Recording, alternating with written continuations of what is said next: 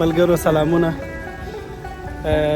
فرانسه کې او بیا چیرته چې زه پاتې کېږم هغلته د کال لومړنۍ واوره وورېده او همدا شېبه زه پر خپل بایسکل باندې یو ځای ته راغلی وم، خو د بیرته ستنېدو پر مهال باندې نهایت ډېره واوره شروع شوه او دا واوره به د شپې تر 1 بجې پورې اټکل شوې ده. د شپې تر 1 بجې به دوام کوي او اوس مهال 5 بجې دي.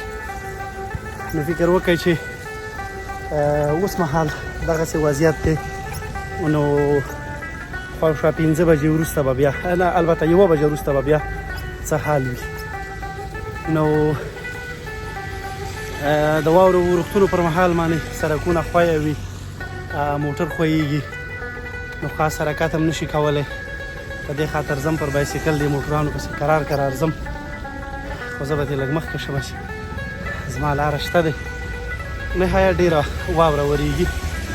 واوره د آبادۍ زیری دی، خو په خپل وطن مو ډېره پیرزو ده، ځکه وطن غریب دی، وطن فقیر دی.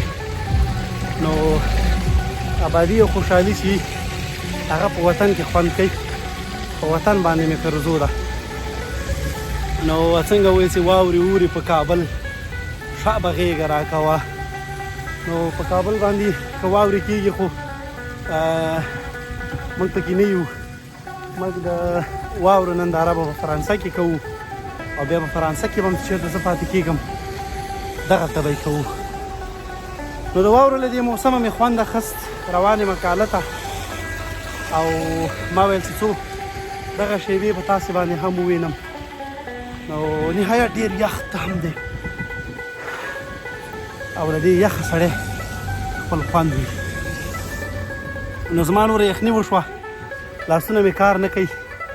دا ویډیو به نور همدغلته ودرومه او تاسو سره به خدای پاماني وکړم. ښې چارې، ښه وختونه.